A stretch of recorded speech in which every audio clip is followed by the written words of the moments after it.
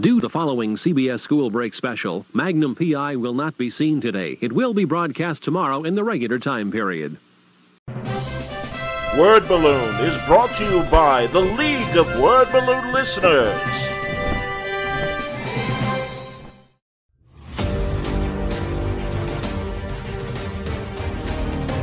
Hi, I'm Alex Ross. The two pieces are sort of a type. They're both kind of recreations of artwork that existed in the 90s. In fact, this piece here for the Avengers is in most ways a recreation or a tribute to George Perez's poster version from the mid-90s, where he did a shot that featured in it a figure of Captain America that was very similar to what I've done here, positioning of the Vision or positioning of Hawkeye, and I believe a few other elements are very similar to that piece, and it's consciously so. I was building off that inspiration, but I kind of refitted my design to fill out bigger shots of the figures so that I was making a wider composition and getting in a lot of the same characters, but still not quite as many as what George himself did, because George's thing was always to try and get in the maximum amount of content into pieces that he did.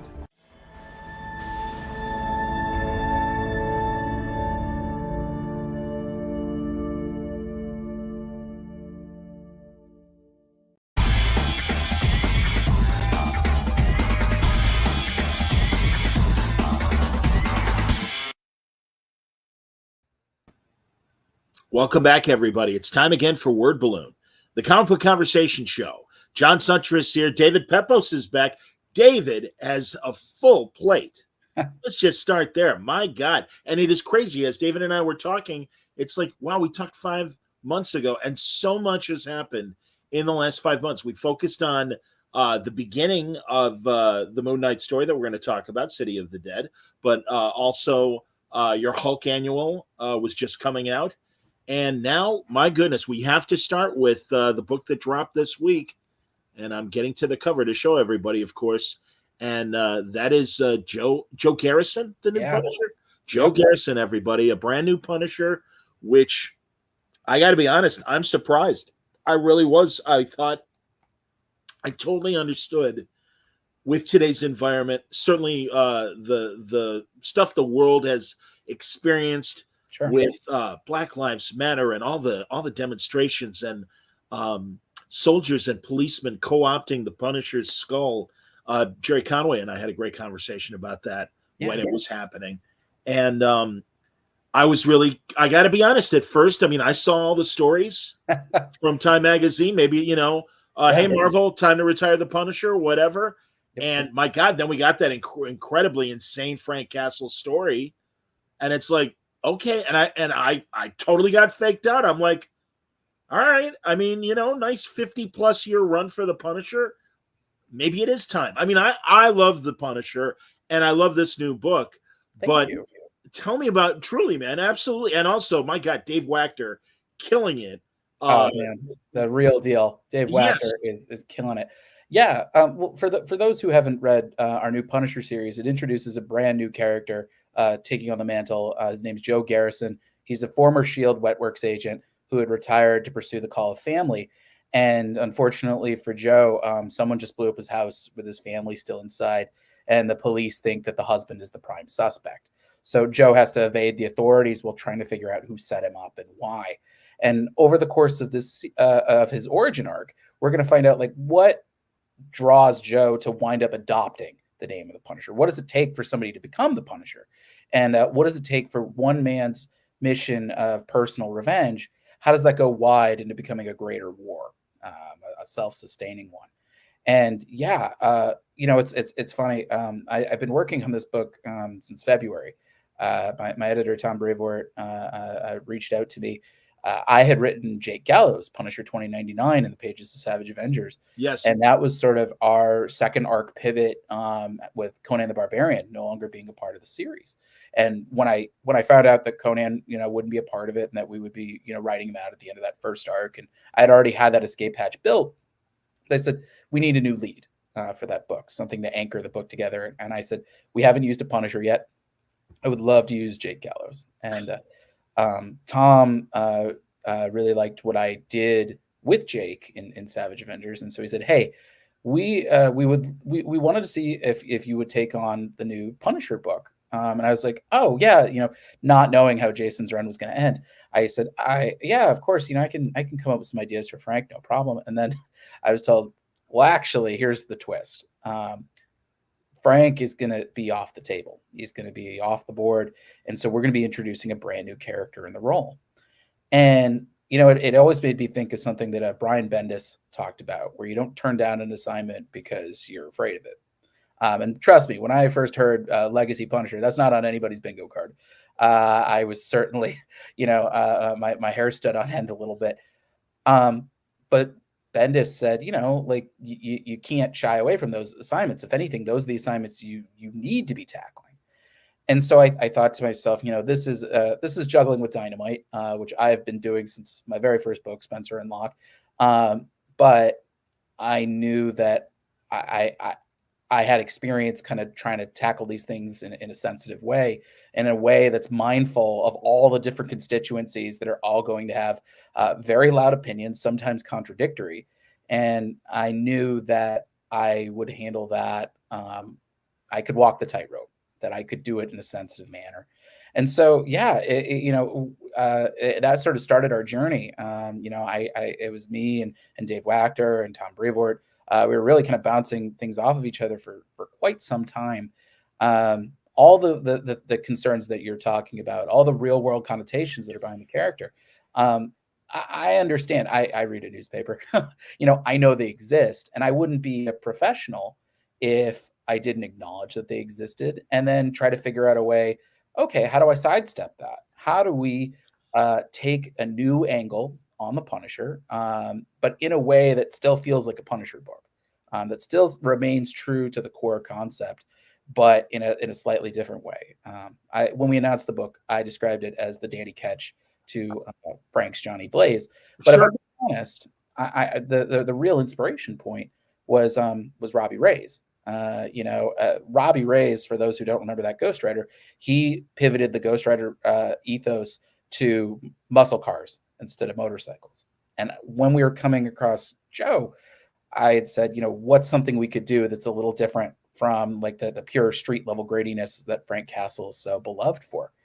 And I thought about John Wick, the gun fu of it all. Yeah.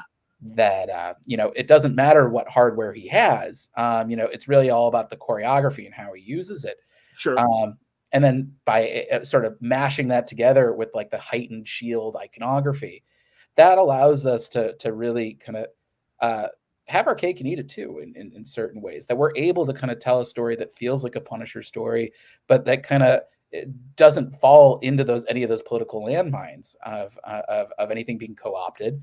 Or anything sort of emboldening, bad actors. Instead, we're able to have a character that like feels like a Punisher, but does things in a very different way. And ultimately, it's always additive. It's always giving us like new opportunities to tell new stories, particularly with the cool shield gear that Joe is sporting. And I think it has wound up sort of being like a cool jam band of different influences. And yeah, I'm really, I couldn't be happier with the response to this book. I know fans are not a monolith, and trust me, writing on the Punisher, that was a lesson that I learned from the day we announced.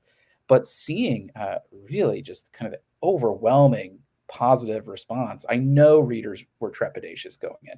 I think they were expecting a huge departure from what had come before. And instead, we really walked a tightrope of how do we introduce new elements while still remaining true to what came before? Absolutely, man. No, this is still a very hard R story. Yeah. And there are definitely Punisher elements to it. It is so interesting because much like I think most of the public loving John Wick, but never really making the association, the potential association, because I've read a couple of interviews that you've done. Yeah. And, Frank Castle was born in that early 70s, Charles Bronson, Death Wish, Bernard Getz, a real situation that happened in New York, a subway attack or a response to an attack. So, yeah, he was very much of his time. But isn't it interesting that if he just tilted a little bit, all of a sudden, during all this upheaval and political upheaval and social upheaval, people are loving John Wick. There's no baggage with John Wick in the way that there is for Frank Castle. So no, I appreciate you guys coming up with that potential connection. And like you say, man, no, Shield's always been around. Although I mean, based on what I'm reading now in your book right now, maybe they're currently disbanded. They were dismantled after Secret Empire. And of course. Yeah. It's one of those ways that it's like that way. I was very acutely aware that when you're not using a character like Frank Castle, it is going to turn into, for lack of a better word, a pissing contest. People are going to say, oh, well, like, this new guy's tragedy isn't enough. If we did something beyond a dead family, which I think is kind of a core part of Punisher mythology. You see it with Jake Gallows, you see it with Rachel Cole Alves. You could make the same argument with the Batman family, that, like, of course, they're a collection of my parents are dead. That's just like a core staple to all that. And same thing with, what's his background?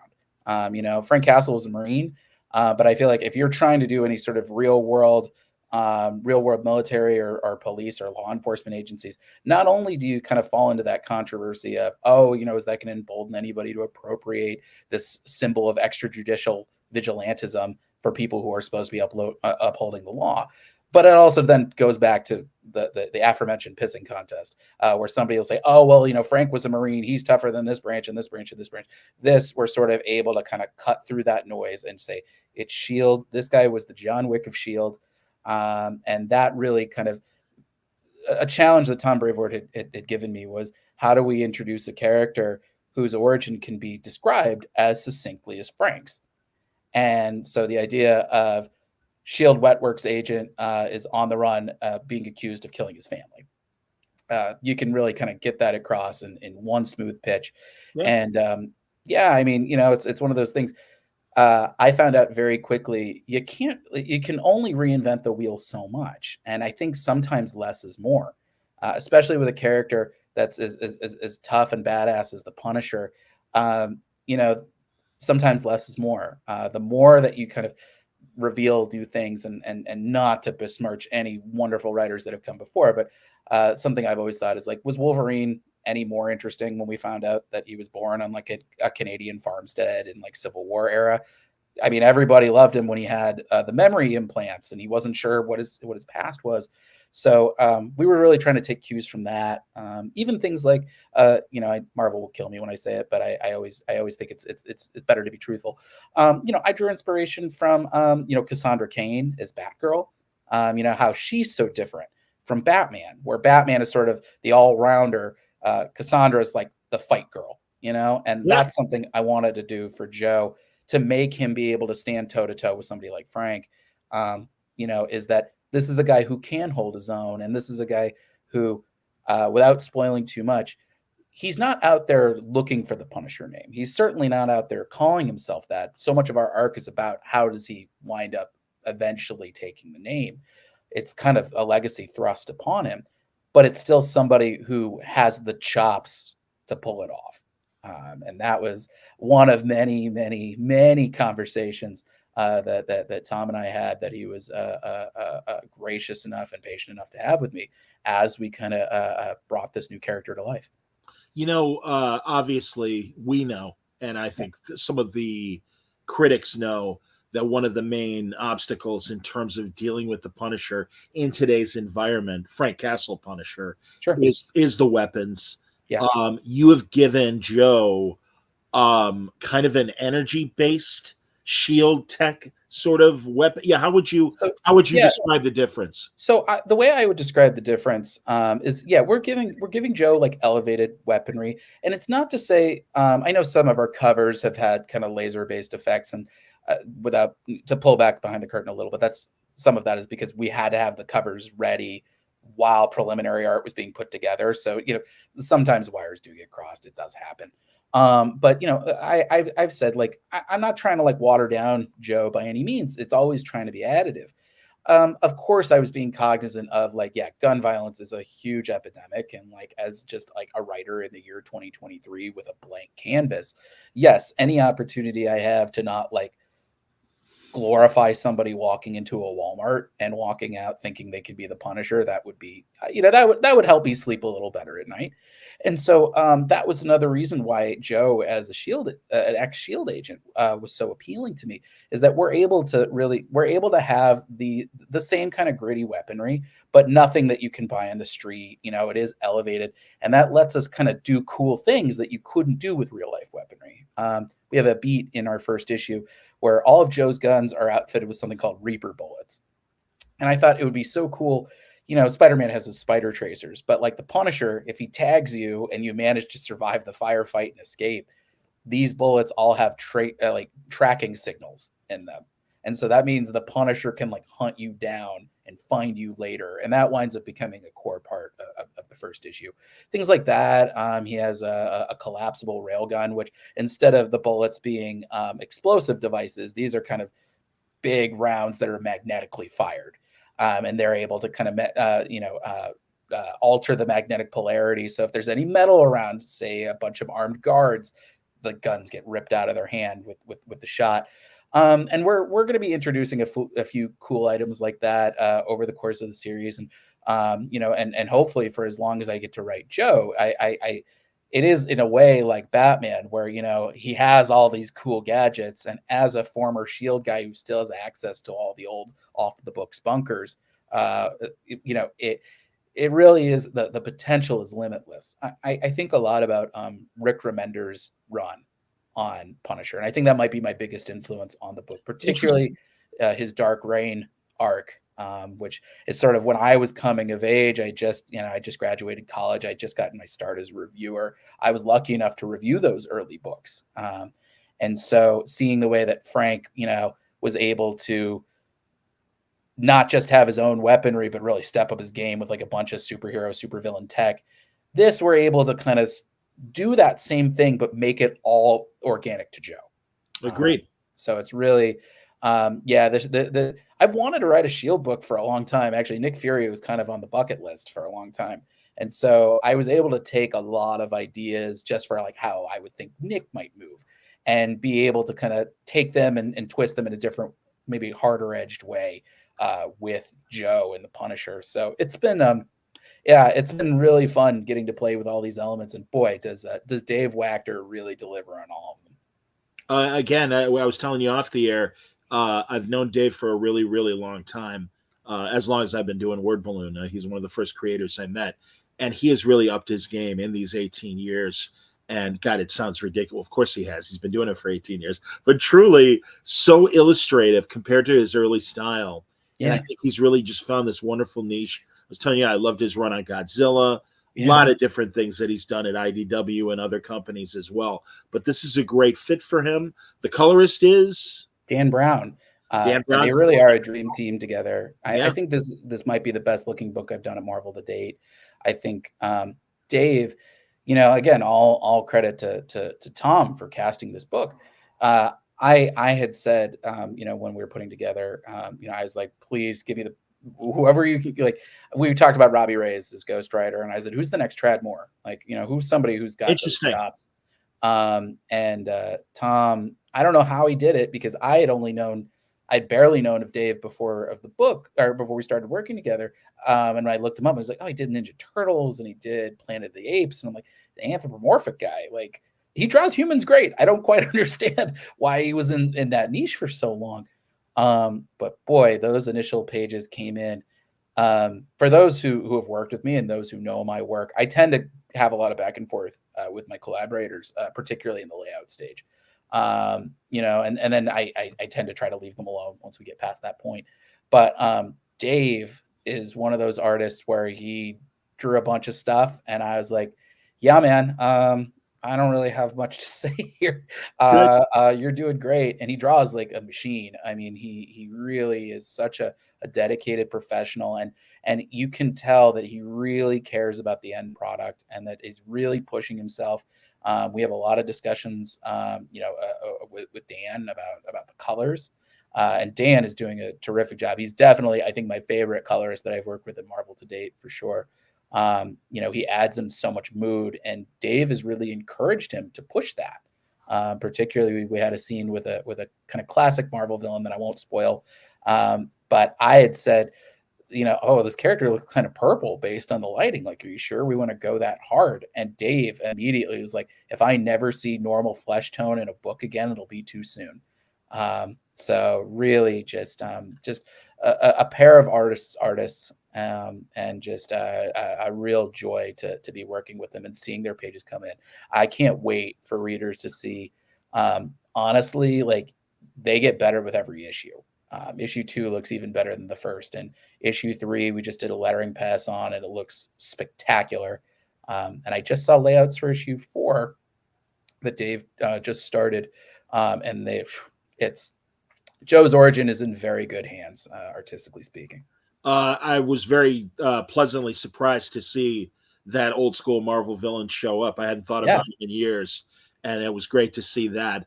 And also, here I'm going to show an image. This is a great image, kind of showing you some of the collateral damage that you see in the book.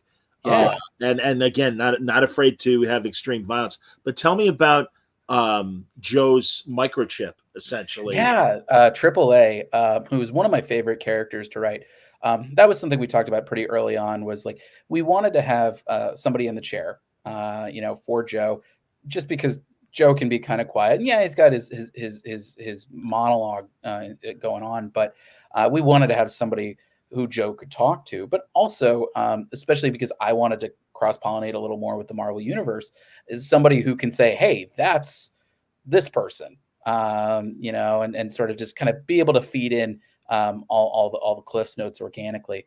And so I was thinking, who could we have in that kind of role? And I thought, somebody who is Joe's handler, sort of his person in the chair during his Shield days.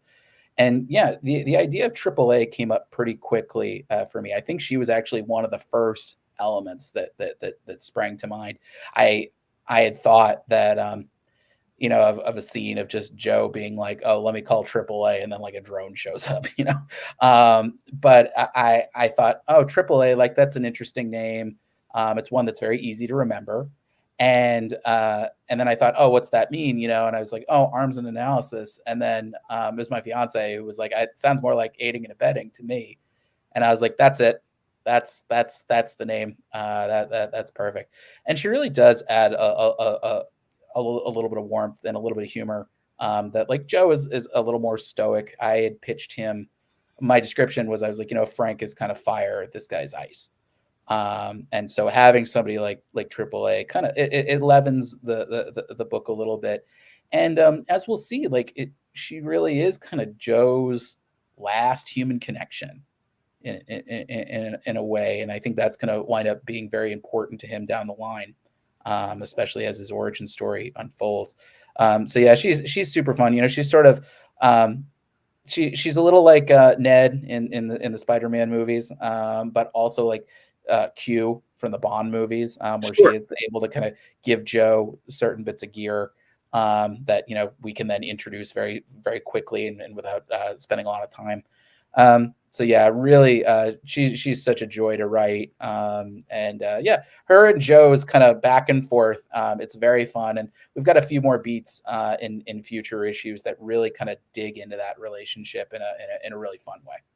Well, you think about some of the Marvel heroes and villains that Frank faced, and I know, and again, having read other interviews that you've done, and certainly appreciate that you do want to keep this Joe story, especially for this origin arc.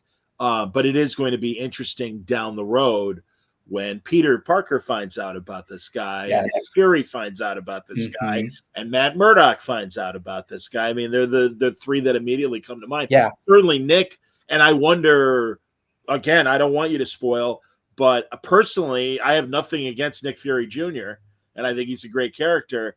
I'd love to see the old man, especially, and I would say, hey, what the hell's going on with my tech being used in this way? I thought we had, put Shield away, and obviously, I know he's the man on the moon, kind of taking the Watcher's place in terms of the cosmic things that might be coming. But I would hope that the old man again might be like, All right, what the hell's happening on Earth? I'm going to That'd be pretty fun. I'm not gonna lie. It's funny. We talked early on. We wanted this origin to be nice and tight. We didn't want to overstay our welcome. And so we said, okay, we want the origin arc to be 4 issues. And as we talked about it, I know that Punisher just hit his 50th anniversary. First appearance, Amazing Spider-Man 129.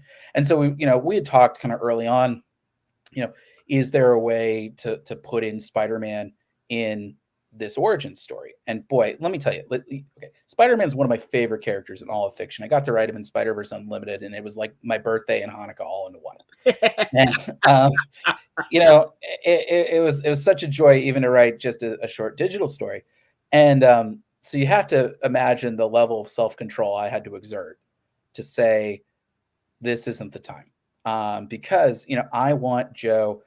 Joe doesn't need to be validated by a more established hero. My thinking is I want his origin to stand on its own 2 feet. I want him. He's a legitimate character on his own, and his journey towards accepting this role of the Punisher that's kind of been unwillingly thrust upon him. That's a story. That's a character arc, and that's something that can then lead to his future crime-fighting adventures.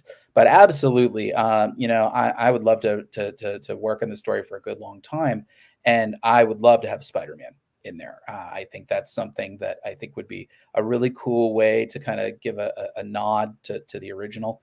But something else that you kind of touched upon is like Frank, is not known for having a wide rogues gallery, and there's a reason why. You don't tend to have a round 2 with the Punisher. And that's something that actually I wanted to challenge a little with Joe. Not to say that he's not going to have a body count. There are going to be plenty of well-deserving bad guys that are going to get put in the ground with this. But I thought a lot about Dick Tracy villains, where I said, what happens to the people who manage to survive but are super messed up and then are dumb enough to come back for round 2, and what do they look like for that? Sure.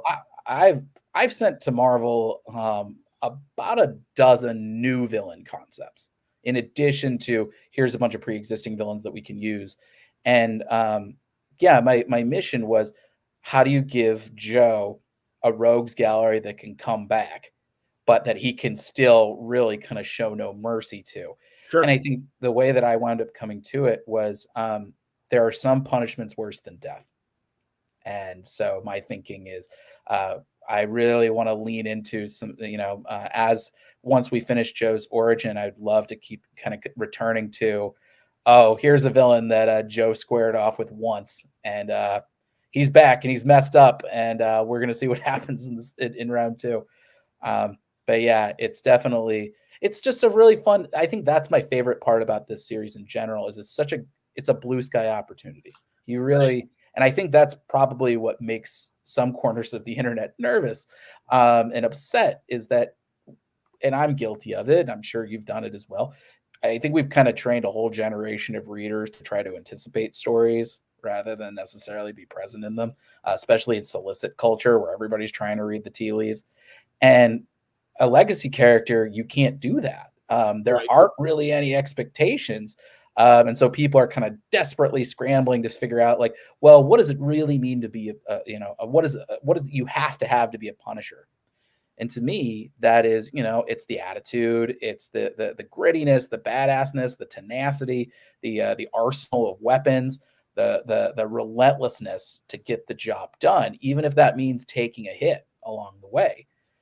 But with those parameters, there's still so many different angles and directions you can take. And for me, without really spoiling too much, the final kind of destination I went with this is Jerry Conway said that the Punisher is an indictment of society, that any society that needs a Punisher, something has gone wrong. Absolutely. And I think as Frank Castle's character has evolved over 50 years, especially with Garth Ennis, which I think was a real flashpoint in the character's development, that became this very over the top, even, in his own words, cartoon-like violence. And I think there have been some fans who've really glommed onto that. But I think that maybe is a departure from what the character's original conception was, especially when he was starting out on his own as his own character with his own books. For me, I said, you know, I had a conversation with a Punisher fan at a con recently. Punisher hat, Punisher t-shirt, Punisher coffee mug. Like the guy had the full ensemble. And I think he was very nervous about the idea of a new Punisher. He was pretty protective of it. And I asked him, do you ever feel like the system is just rigged against the little guy? You know, just like the way that our politicians are and law enforcement and the way that laws are and aren't enforced and corporations and everything feels stacked against the little guy. Yeah. And people are just falling through the cracks. The safety net is split wide open. And I thought, who's defending those guys? And so that's what I had pitched to my editors. And that's what I would really like to see for Joe moving forward beyond his origin is the people's Punisher. He's the Punisher fighting for the little guy. If you have a problem and the law won't help, that's the guy who will help you settle the score. And I like it. Yeah. That's kind of, I think, my way of circling the square of, there's so much controversy surrounding not just the character, but what he represents and the iconography. And it's so much bigger than what's on the comics page. And there's so many different, almost diametrically opposed constituencies with very strong opinions about it. And I think this is how you cut the Gordian knot. I completely agree. And I think, unfortunately, or for better or for worse, Frank did reach a point where it's like he is irredeemable. And his story is so, well, and truly, Dave, too, so many characters start off as villains and then they're made into anti-heroes or whatever. And I got to be honest, not a big fan. I am, and I know I'm in the minority because Marvel keeps putting out Carnage and Venom. And I'm just like, man, Venom was like, all right, that's interesting. Somebody else has the spider symbiote. Okay, fine. When I saw Carnage and it's like, what happened to Venom? And I was kind of in and out of comics at that point. And people at the store be like, oh, no, that's Carnage.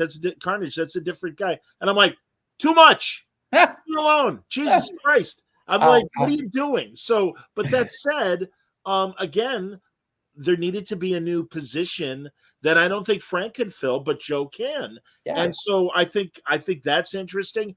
When you were going through the fact that there's a lack of a rogues gallery, because usually if there is somebody in Frank's way, he would kill him.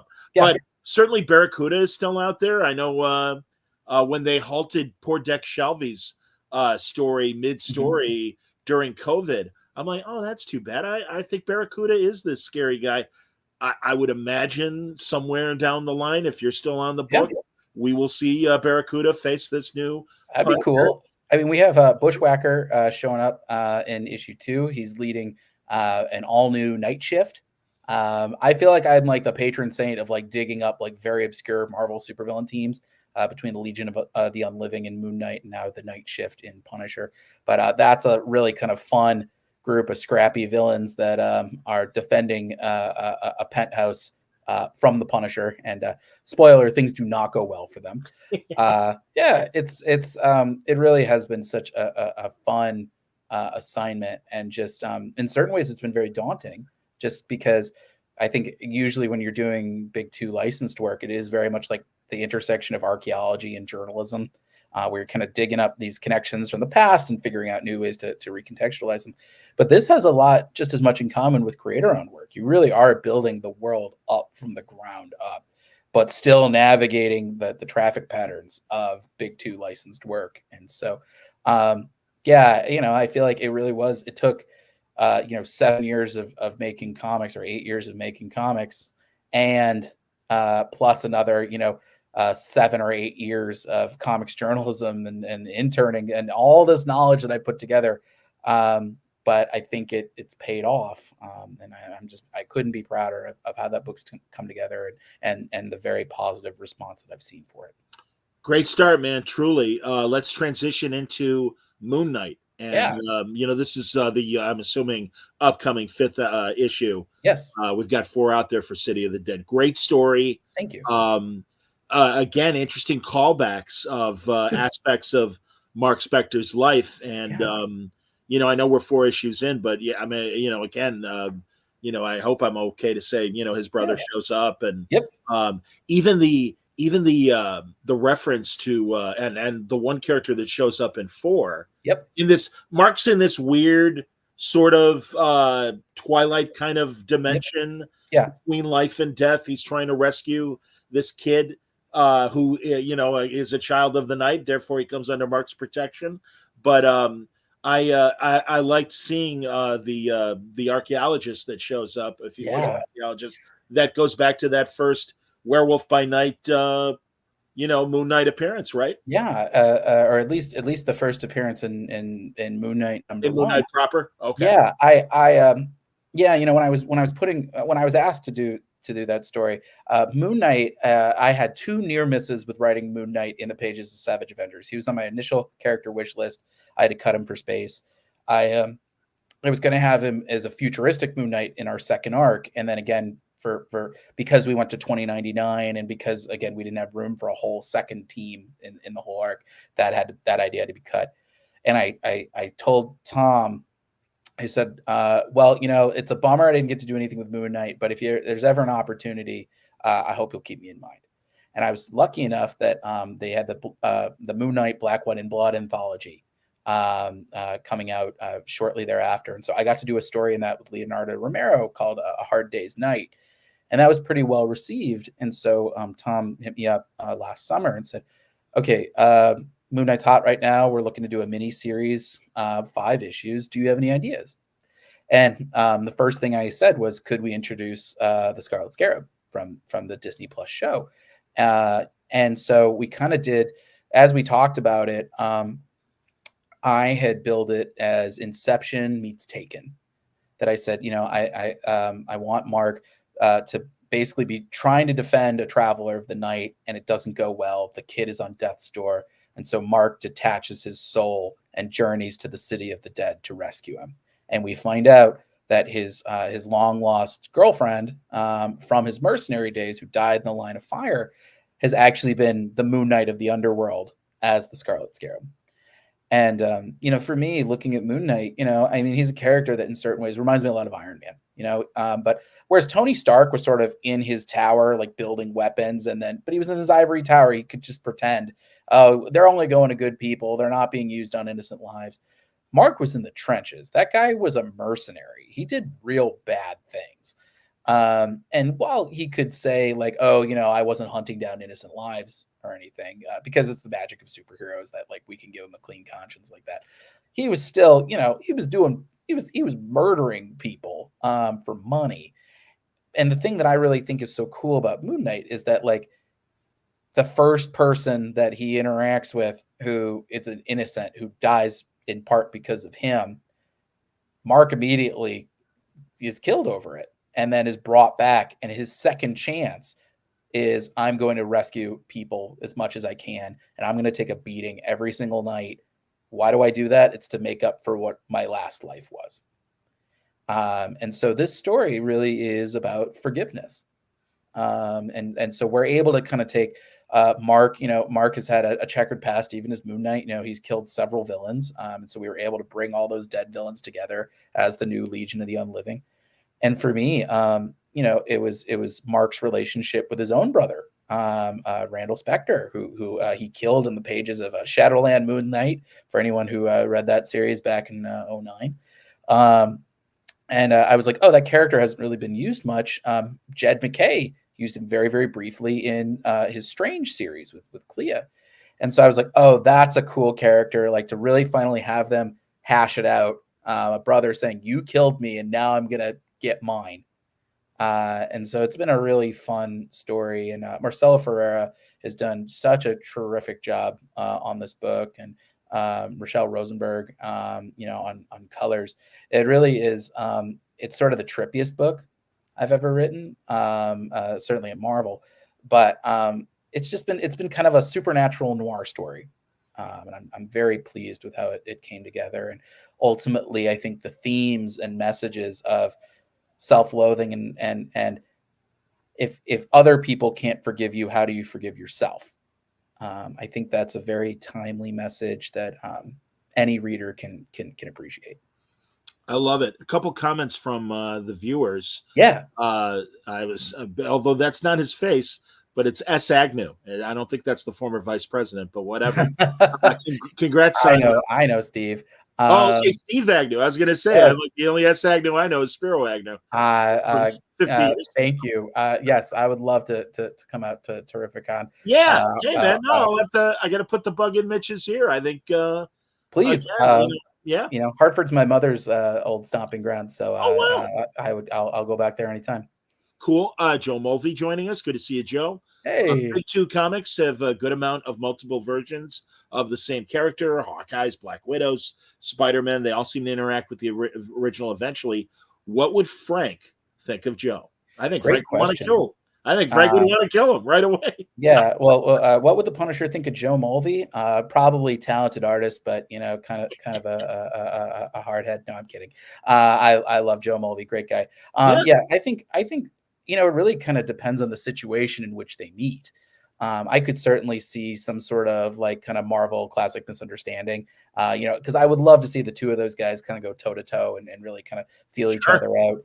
But I think with all things considered, I think Frank might lash out at Joe, but out of a sense of guilt, because I think that's where Jason really left the character. Is he's really thinking about his mission and what he's done, and was it worth it? There was a line in Jonathan Hickman's Gods this week that I've been thinking about a lot. Was the juice worth the squeeze? And I think that I'm sure that would be on Frank's mind, and I'm sure he would have concerns. Oh, is this me? Did I do this? Whereas without any spoilers, that's not at all. Frank does not factor in Joe's thinking whatsoever, and Joe may very well have a mad on for Frank. Seeing him, he might say, "That guy, I'm putting him away." So, I think inevitably they would have to team up because that's just what two Punishers should do. I think it would start off pretty badly between the two of them. I think they would take significant chunks out of each other. I can appreciate that. So Joe's origin is 4 issues. Yes. The Moon Knight story is 5. Is there a new edict from Marvel, 4-issue stories rather than 5? That seems to be the trend. That seems to be kind of a way that they've been structuring arcs lately. It's one of those things. I can't really speculate on like whether that's a long-term thing or if that's just something that's happening right now. That's to quote Jim Gordon, that's bigger than me. But yeah, I mean, honestly, my first books were all 4 issues. Spencer and Locke 2, Going to the Chapel. And as much as, it's great to have extra runway, sometimes that can mean fat. And sometimes that can mean kind of like a flabby middle, especially. So really, keeping everything laser focused with 4, it means that it's all killer, no filler. And so that way, also, we don't want to overstay our welcome, telling this story. And so I think the real balancing act has been, how do you kind of tell a satisfying chunk that still builds towards something bigger? And I know Jed does a great job with that in the main Moon Knight book. Al Ewing did a fantastic job with that in Immortal Hulk. Ryan North is doing a great job with that in Fantastic Four, and Steve Orlando and Scarlet Witch, just to name a few. Sure. And so that's something that I've been really looking to. And I know Brian Hibbs talked about that recently on his own Facebook page about, that being possibly a lost art. And I think that's an art that at least I think a lot of us are looking to reclaim. Yeah, and I'm glad, to be honest, because certainly in the 6-issue story arc days, it was like, oh man, that's just 2 stories a year. So it's nice to have with 4, obviously you have the opportunity to do 3 stories a year. Yeah, and possibly even more. I really want to do a lot of done in 1s and done in 2s. Great to hear. As well. Yeah, that's something I know Slott has always done over the years, and I think doing a tight 20+ page, story and everything is kind of a lost art. And it's like, no, let's get back to that. I mean, there are some ideas like that are built. Chemdog's mentioning some of the older Punishers from the 90s. Yeah, Lynn Michaels and Outlaw, and Jigsaw. Jigsaw was a Punisher briefly. Did I say Outlaw? I might have said Outlaw. There were a couple others that their names are escaping me. I have been promoting Punisher all week, but yeah, I mean, and I will say that is the one little gentle pushback that I will do is that I've seen people say, oh, there's only one Punisher, and his name's Frank Castle, and with due respect, I mean, having written Jake Gallows for 6 months, I feel like no, the Punisher that ship has sailed. The Punisher is a legacy. It's a legacy that literally stretches to the year 2099. But you have people like Lynn Michaels and Rachel Cole Alvis and Outlaw and Jigsaw even. This is not an isolated occurrence. But I do think it's kind of like a Rorschach test, where every single person who has taken on that name has adopted that mission in a different way. And that, like I said, my goal for Joe is to make him the Punisher for the little guy. And the guy who he's the Gun Fu Punisher, he's the Punisher, the high tech one. I think all these things together, they do kind of build him up, and his reason for being, they do kind of distinguish him in a way that's different from Frank, but still kind of makes them cut from the same cloth. In your Moon Knight story, and maybe this has always been the case with Moon Knight, but I really didn't think about it until what you've just been talking about. There's always been the allusions to Moon Knight and Batman. It certainly helped that Denny O'Neil was so involved with both of these characters, certainly during Moon Knight's formative years in the 80s. But this is a combination of Batman and the Spectre, and it really is more about personal redemption rather than Batman avenging his parents' death, and that's why he goes up. But with Mark, it really is like he's got to make good. He's got to make good, and the way that he does it, it's saving as many lives as he can, and sometimes it's taking hits that he doesn't have to, but he feels like he deserves to. Sure. And eventually, it's how do I find a good death? How do I find a death that makes this thing all worth it? And so I think he has to really confront that in City of the Dead, and eventually, it's how do you forgive yourself for all this? And go on. I think that's just, there's a big cathartic moment in issue 4, but we also kind of have a nice grace note in issue 5 that speaks to that. I thought this is why I care about Mark Spector, and is that he is a character who is ultimately filled with self-loathing. And you just kind of want to give the guy a hug because he has done bad things, but boy, has he worked like hell to make them right. Understood. Absolutely. Now, I'm glad you still have room for some non-Marvel stuff, some creative things. And man, you got this great series of Mad Cave happening. Thank you. The Devil Wears My Face. Such a fun book. I couldn't be prouder of how that book came together. Alex Cormack and I are working on it. For those who aren't familiar with it, it's Face Off meets The Exorcist. It's about Father Franco Vieri. He's an 18th century priest in the Vatican who's grappling with a pretty profound crisis of faith. And his superiors send him to Spain to perform an exorcism on a Spanish nobleman's son. And unfortunately for Vieri, the ritual backfires, and he finds himself trapped in a stranger's body while his body has been hijacked by the biblical demon known as Legion, who immediately hightails it back to the Vatican to wreak havoc. And Alex Cormack is one of the most gifted horror artists of his generation. I think this book, it's the best reviewed thing I've ever done so far. It's sort of a supernatural body swap story that really kind of plays off the mythology of possession and exorcism in a really fun kind of cat and mouse sort of way. Well, we just started last month. Issue 2 is coming this on the 22nd. Yeah. Oh, great. There you go. With City of the Dead number 5. Yeah. Excellent. Oh, that's great, man. Oh, that'll be a big week for you. Wonderful.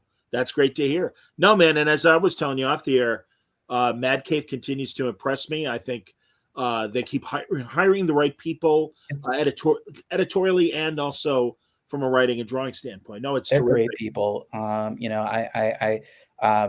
London and Chris Fernandez have been huge supporters of my work since Spencer and Locke. And, we've been talking for a long time, and they finally cornered me at New York Comic Con 2 years ago and said, listen, we really want you on board. We have creators that you really respect. We have Cullen Bunn and Chris Sabella and Steve Orlando all doing books with us. And we would love to have you join that class, which was such a huge honor. I had just signed up for Savage Avengers. The book hadn't even been announced yet. And so I as we were talking, the idea of supernatural face-off, I had wanted to do a body swap story for such a long time because I love the structure of them. I grew up watching Face Off. I love that movie. It's sort of, you have two characters. It's a parallel story structure. They really are trying to one up each other. It's two fishes out of water. One of them happens to acclimate a little faster and the other one's playing catch up. But it also is kind of like a boxing match where like sparks fly when they are in the ring together and they're duking it out. But then there's so much tension when you pull them apart in their separate corners and they have to kind of fight their way back together. The people at Mad Cave have been wonderful. I got to work with Mike Martz and Christina Harrington again. They were my editors on Scouts Honor back at Aftershock, and have been just amazing stewards for this project. And like I said, I cannot say enough good things about Alex Cormack. He is such a talented, speedy, and gracious artist. He really is. I call him a unicorn. Because if there are more artists like Alex in the business, if there were 10 of Alex, we would be in such a better place. And he draws like there are 10 of him, because he just, he'll say, oh, here's 4 pages, and just like, bam, and they're immaculate. He's so great at the atmosphere and the mood and the acting, that all go into great horror. But he was born to draw a period piece. He really relishes all these details. Without spoiling too much, there's a sword fight coming up. And as soon as he saw it in the script, he goes, oh boy, I got to go watch some Errol Flynn. And that is just the best thing you want to hear out of an artistic partner, is seeing how enthusiastic they are about it. And it really inspired me to keep kind of bringing my A game for everything. It really, I'm so thrilled with how the book is coming together. And Alex is just leaving it all out on the field. And, watching Vieri and Legion kind of face off all the time. Legion's probably the most fun villain I've written in a long time. Just such a fun character. Certainly my favorite one, and probably in the whole book to write. But just a really fun book. And if you're a fan of what I did on Scouts Hunter, this really does feel like a horror tinged companion piece. And I'm surprised to learn this is your first horror book. Well, you're handling the genre quite well. Thank you. And again, I've always, going back to Spencer and Locke, I've always appreciated your other bites of the apple as far as other genres and things. Yeah. And you're a high. It's funny. I was just talking to Tim Seeley, and I said he's a good high concept guy. You also are a good high concept guy. Yeah. Certainly, again, you're wrapping up Moon Knight. I don't know what if there's something coming in 24. There are a few things that are there are a few irons in the fire that I can't quite discuss yet. They're a little early on, there are a couple projects that I'm working on simultaneously right now, and a few more that we're sort of getting our ducks in a row with, riding the wave on Punisher, getting the Last of Devil. The production wise, seeing that through to the finish line. And then my Kickstarter book, the OZ, the same thing. The book has been written for ages, but just the art has been kind of slowly coming together. And we finally have art done on about half of it. So I feel good enough that we can do a Kickstarter in 24. It's a lot of balls in the air on top of I'm getting married next year. So planning on writing on top of all of it. Thank you. It's honestly, I'm living the dream. I've said many a time that this is my astronaut job. This is the job. When I grew up in Missouri, I had no idea real people could do this job. Certainly didn't think it was in the cards for me. And the fact that I am able to do my dream job. I've had challenging days. I've had frustrating days. I've never had a bad day in this business. And the day that I say that I do is the day that you can take me behind the woodshed and end me, because this is such a gift to be able to do this. And I think even, with this new Punisher book coming out and with every book that's been coming out lately, it's just been a reminder that this is the magic of creative work, is that you put yourself out there in the world and there are people who gravitate towards it and it resonates with them, and that you get to interact with them. And even, the people who have trepidations, I can tell you so many times this week, I have spoken to Punisher fans who have been real nervous about the core concept, and just talking to them, just like regular human beings, and reminding them that I'm a human being. It's amazing how quickly connection can happen when you remember that we're all fans here. Well, and I can appreciate that because it reminds me of guys like Jim Zub who've had to talk fans of things that he's worked on off the ledge and be like, all right, relax, But again, no, Punisher is a very distinct book. It always reflected the moment that it was popular from its initial Death Wish debut to the Reagan years of the 80s. And and a lot of great stewards on the book, too. We mentioned Garth Ennis, certainly Chuck Dixon had his great run on it. Mm-hmm. Even recent runs, Matt Rosenberg, I thought, did a very good job. Yeah. Becky Cloonan did a great job as well, and that was really great to see. Remender and Greg Remender, Rucka, Jason, Rucka. Yeah, it's funny. Wachter and you together remind me of Rucka and Marco Cicchetto. That is a huge compliment, John. Thank you. That I'm going to carve that on my tombstone. That is very kind of you. That's all right, man. No, it's that's fine. No, it's true, but no, and really, I think especially both from Greg's one of my dearest friends. Yeah. But Cicchetto was such a great fit for the Punisher, and again, I think Wachter's doing a hell of a. I lucked out. He's a tremendous partner in this book, and I can't thank him enough. I can't thank everybody who's worked on this book enough. And the thing I can say about everything that I've been doing is it's like I really feel like I didn't get here alone. This is taken a village. It's been so many readers and retailers and press who have championed me from the beginning and have all really come together. And, the cohort has grown, and some people come and some people go, and more people show up. And it's just been, I couldn't be more grateful for everybody who's been there for me and for my work. And they're the reason I get up every morning. And they're the reason why I do this. And so I don't take it for granted, how lucky I am to be here. And I'm just very grateful for everyone who got me here. What is cohort? Is that your community or? Oh yeah, I was just thinking. I was just thinking. The group, the cohort. Whatever. All right. So you just say collect because no, I was going to say it's a good name for a Discord community. Cohort. That's funny. Yeah. It takes a village. I think about that all the time. Sure. And seeing fans who have been there from the beginning, coming out and shouting out for the Punisher and saying, "I've never read a Punisher book and I love this." That was my goal for this book, is that I don't subscribe to the binary that you can only write a Punisher book at the expense of one group or the other. And my thinking is you can have it all. You can write for something that people can in general accept and like and be excited about. You can build a bigger table. And that's what I'm trying to do on every single book is how do we build the table?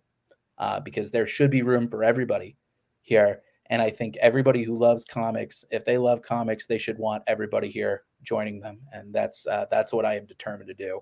Is I want everybody to join me.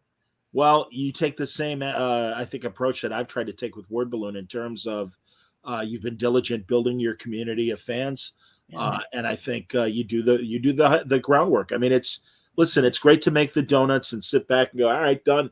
You got to sell the donuts too, and I think you've done. I love selling the donuts. Well, there you go, in a very positive way, man. No, you hit the stores, you hit the direct market hard, you hit guys like me hard with Spencer and Locke, and are like, hey, check this out. I think you might like it, and we have. And again, man, no, it's great. It's been great to see your evolution as well as we've known each other and everything. And truly, man, congrats. This is a great time for you, and it sounds like 24 is going to be another one. But we got coming up on this month around Thanksgiving week. Yes. Issue 5 of Moon Knight, City of the Dead, and issue 2 of The Devil That Wears My Face. And the ride has just begun with the Punisher. Yeah, Punisher 2 will come out December 13th, as is the 3rd issue of Devil That Wears My Face. That sounds great, man. Well done, David. When the new announcements come, or if we do a wrap on the first arc of the Punisher, I'm open to both. And man, congrats. This is really good, and it's a great start for this new Punisher. And I wish him the luck and attention that he deserves. So well done. Congrats. There you go. I think that's it. I think we'll thank you, buddy, and thank you again for having me. It really means the world. Sure. Absolutely, man. All right. Well, thanks everybody for watching. I'm taking tomorrow off, but this weekend I'm dealing with in a good way. The comic art fans are doing their online show this weekend, and I will have an episode with Matt Wagner and Kelly Jones talking about Dracula, but a whole lot more on Saturday. And then Howard Chaykin comes back on Sunday. So those are two nice conversations that are coming up. And then next week is going to be busy. I'm laying out, including next Wednesday. Very excited to be talking to Lloyd Kaufman of Troma Films. Dave, I swear, I that was my thought too. That rules. Matt Klickstein is like, hey, you want to talk to Lloyd? I'm like, yes, please. And it's really cool. I think, the movies have always been fun from Troma, but I'm really glad to see that he is getting that Roger Corman level of respect as a filmmaker, as a guy in charge of a studio, and it's well deserved. And also, he's a survivor like Corman was, and a guy that his initial reputation came from the VHS era and video stores and everything. Well, physical media, as it is kind of in a weird. A couple years ago, I would have said they're on their way out, but also with what's going on with streaming, maybe it'll survive in the same way that vinyl records have found its place again. But Troma has just rolled with the punches, continues to thrive and evolve. So it's going to be a lot of fun talking to Lloyd next Wednesday, among my other guests that I've got coming up. So I'm excited to check that out. Thank you, buddy. Thank you very much. Everybody, thanks a lot for watching. Great comments. Stay safe, stay happy, stay healthy. Thank you.